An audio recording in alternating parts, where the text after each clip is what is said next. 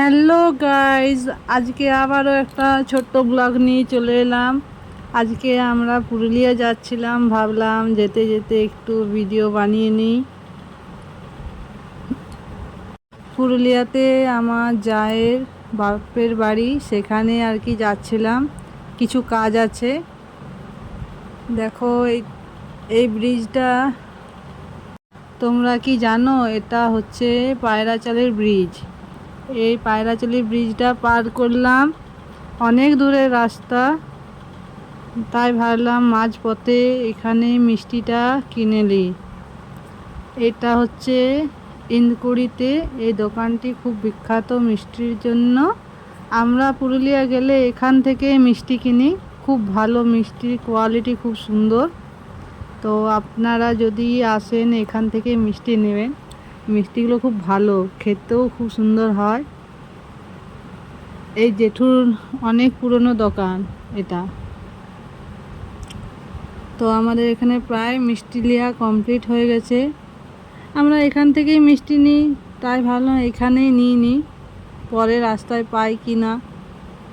এখানে আমরা কিছু খাওয়া দাওয়া করলাম, সেটা আমি ভিডিও করতে ভুলে গেছি। তো যাই হোক, আমাদের মিষ্টি নেওয়া হয়ে গেছে, এবার আমরা চললাম।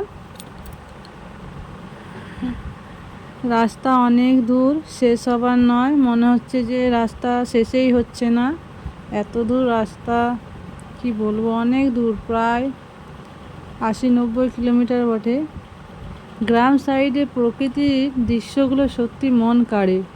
দেখো কত সুন্দর, রাস্তার ধারে ধারে কাশফুল ফুটে আছে, যেমন পুজো পুজো মনে হচ্ছে।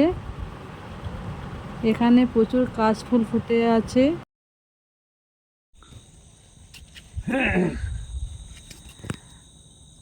বন্ধুরা, তোমরা এটা বলো তো, এটা কোন জায়গা, দেখি তোমরা বলতে পারো কিনা।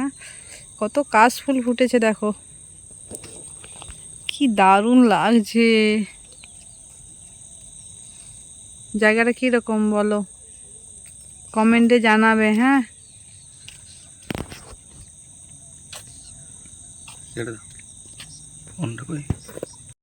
মাসিঘর চলে এলাম। এই তো মেসো দাঁড়িয়ে আছে, মেসোর একটা ছোট্ট হোটেল আছে।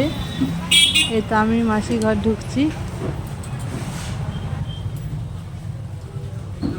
মাসিঘর চলে এসেছি, এই তো মাসি আমাদের। এই আমার যা, চলে এলাম মাসির ঘর, একটু দেরি হলো।